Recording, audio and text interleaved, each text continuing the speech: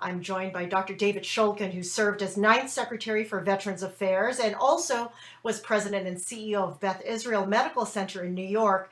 Dr. Shulkin, thank you so much for your time today. Glad to be here, Mabel. Well, you've worked with soldiers in your work, and the diagnosis of PTSD originates from observing the effect of combat on soldiers. Should we expect that people will suffer long-term mental health issues from their pandemic experience? Unfortunately, I do think that this is one of the expected unintended consequences of pandemics. And almost every other pandemic that has been studied, there has been associated behavioral health issues that have been not only short term, but long term in standing. And this one is no different. In Wuhan, China, where over 700 people that were infected with COVID were given a standardized test, a 17-item test for symptoms of post-traumatic stress, over 96% of those respondents indicated that they were suffering from post-traumatic stress. And so I do think that this is something that we have to give serious evaluation to and make sure that we are addressing these issues. What are some of the symptoms, and how can healthcare professionals prepare people who are most vulnerable to this in the long term, over the weeks and the months to come? Well, I think irregular behavior, concerns about anxiety, depression, rethinking and being startled by issues, responding differently than what you would expect someone to do, are all symptoms of post traumatic stress and certainly deserve evaluation by a professional should those concerns continue to be present after short periods of time. Mm-hmm. Now, you served in the Obama administration and also worked for President Trump. How would you rate the federal government's response to the pandemic so far? Are there things that were maybe missed? Do you agree with some of the policies that have been put in place? What has been done well and not so well? Yeah, I stay away from giving overall general ratings. When you've been in these positions and you've led at the most senior levels of government, I think one of the things that you want to do is you want to avoid making backseat driving comments. You know, these are very, very challenging positions when you're managing multiple agendas. And certainly, I have a lot of respect for those people that are there leading us through this crisis and know what it feels like to be in those seats. So I'm not going to make inappropriate judgments on people. I do certainly understand that this crisis is showing why it's so important to have people with experience and competence leading us through times of crisis. And many of the career people that we see helping guide us, I think, we can see how much we rely upon that competence and experience that they have. I think that one of the things that I'm observing that I think I appreciate about the response right now is the willingness to be transparent with the thinking and the evolution of decision making on almost a daily basis with these briefings. And I think the country gets to see how leadership is responding to this crisis instead of it being done behind a closed curtain. And I think many people have concerns about the way it's being handled, and other people appreciate the ongoing candor in which this advice is being given. But the area that I think should concern all of us is when you get differing messages and differing opinions, because it confuses people as to what the right steps to do are. So it's really important when you are communicating at a federal level like this and being so open and transparent that the messaging be consistent. And certainly you want the messaging between the scientific professionals and the medical professionals to be the same messaging that the politicians are giving. And we've seen cases where are different messages. Well, in terms of different messages, individual states seem to be orchestrating their own responses. For instance, Tennessee, the state of Tennessee, is planning to reopen with specific guidelines on how some businesses will be reopened on Monday, restaurants and retail stores on Wednesday, and so forth. Is this a mistake, or do you think that this is a proper way to proceed with the response? Well, I tend to think it's a mistake. I think that we should be having a national strategy on testing and national criteria about when it's safe to open up and how we evaluate with surveillance, tracking, and make decisions about the public health of the citizens of the country. And I think that should be a national approach. That does not mean that it is not appropriate for specific localities and geographies to go faster and further than others. I think that that is part of a rational strategy, that in areas where you have seen either low levels of infection or declining infection and that factors to provide safe opening are in place, I think that that is not inappropriate. But I don't think that we should be doing it 50 different ways. Because, as we've seen, the virus does not follow state boundaries. This is not only a national public health crisis. This is a international, a global public health crisis, which means that we need to be coordinating with other countries on this as well. Is it a good time to even talk about reopening, since we don't have any vaccine solutions coming up in the pipeline, or even therapeutic medications? Is it too early? I don't think it's too early to be thinking about it. I think that what we saw in this pandemic in the beginning is that we hadn't done enough thinking and planning. So I think it's very appropriate to be thinking about what are those right conditions and how do you do it safely. This virus is not likely to go away anytime soon, and thinking that we're going to stay in an economy that's shut down where people are socially isolated for an extended period of time is not realistic. So I think that these are appropriate discussions to have. Whether we've met those conditions to open up safely, that's a whole other issue. What conditions are you referring to specifically?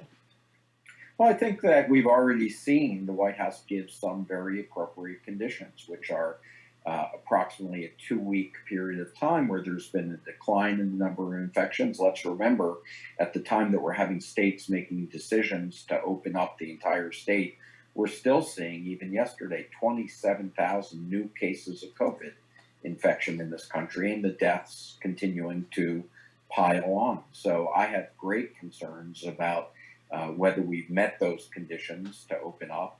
But I do think that there are parts of the country where these discussions and careful, thoughtful opening up may be appropriate. But I worry when I think that these are being done for political reasons rather than based upon where the facts are in the scientific data. What are you looking at as a reasonable expectation for a vaccine, since so many scientists are working on this globally? We've heard numbers bandied about like 12 to 18 months. Do you agree with that timeline? Well, I think we have to remember that the fastest that we've ever seen this really being done is 4 years, that the traditional methods and processes for developing a vaccine take a great deal of time. I think that we initially heard from experts that a 12 to 18 month, more on the 18-month side, would be an extremely fast period of time in which to get a vaccine. And I agree, that would be extremely fast. I happen to be a believer that we will see it quicker than that. And one of the reasons why I believe that it will be quicker than that is because we are seeing new technologies being introduced, primarily mRNA technologies for vaccines and antibody response that require a much shorter process to bring to market. I think the regulatory testing and the clinical trials are really what's going to take much more time. And I think that it is likely that we will see vaccine approvals outside the United States, where the regulatory approvals may not necessarily be as stringent, be in a quicker time period than even the 18-month period that we've discussed. Now, whether that will be safe to commercialize and to make available to masses in the population in the United States, that will be a separate issue. But I think that the basic vaccine technology and readiness to be used for healthy humans, I believe that we will see this before the 18-month period.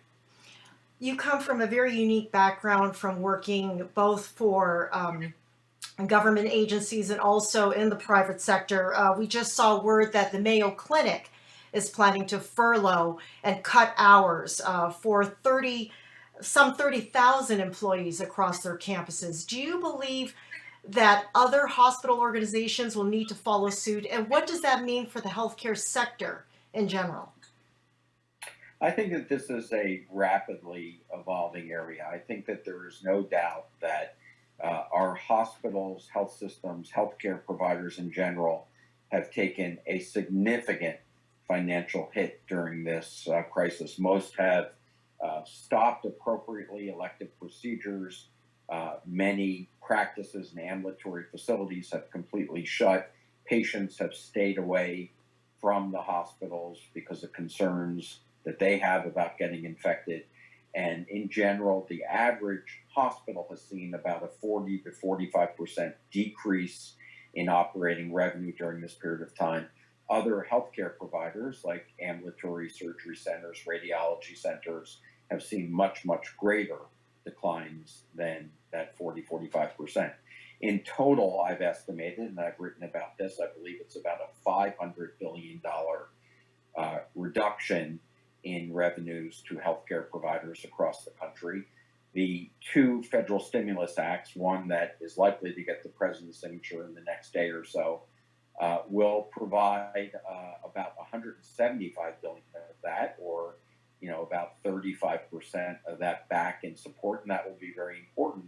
But the rest will need to come from hard decisions that hospitals are going to need to do. So we see the Mayo Clinic decision, and certainly they're not the only ones who have had to make cost reduction decisions. Now, those are very tough to do. It's not surprising that places like Mayo, that are in general destination centers where people now have stopped traveling to and usually have a lot of elective cases, and people have stopped those as well. Those places are going to be extraordinarily hit hard. Mayo Clinic has said that they're expecting a $900 million operating loss by the end of the year. So it should be expected that they're going to make decisions like furloughs and other cost cuttings. But at the same time, we're now seeing many hospitals announcing that they will be reopening up elective surgeries in a phased-in approach and bringing back some of their clinical activity that had been shut down in a phased-in approach. And so I think that we're beginning to see this open up in particular parts of the country and in geographies where it appears to be safe. And so I think that how this ultimately turns out to be financially for our healthcare industry, it's not going to be a good thing. But how bad it is, the script is still being written, because what happens with the infection is really going to determine that. If this continues to slow down in growth, as we are seeing, and ultimately stops in communities, hospitals will fare better, healthcare providers will do better. But if we see a second wave or resurgence of infections, we're going to have to go right back to stopping some of those elective activities, and that's going to hurt hospitals and health providers further. And do you anticipate that we'll see a coronavirus season annually, like we do see a flu season annually? And if that is the case going forward, certainly we can't just stop the economy like we're doing right now. So what is the alternative? I think that we're learning more and more about this virus every day, and I think there's so much more that we still do not understand and know. So people that are making predictions, I think, are doing it based upon the data that they have and the assumptions they have today, but I don't necessarily think they're ultimately going to be completely accurate projections and assessments. So whether the coronavirus is here for the long term, and whether it's an annual event, or whether it just remains in the community with spikes, second waves, third waves, fourth waves every couple months, that's my feeling, that we're likely to see these second, third, and fourth waves. And we're beginning to see some evidence of that although it's small right now in Singapore and in China. If you look at past pandemics, you can almost certainly expect these second, third, and fourth waves. And so that just may be an ongoing reality until we get a vaccine. I do think the way that we deal with that in the future is that had we had good testing procedures in place, had we had widespread testing available, we would have been able to react very differently than the complete shutdown of most of the country and the sheltering in place for everyone.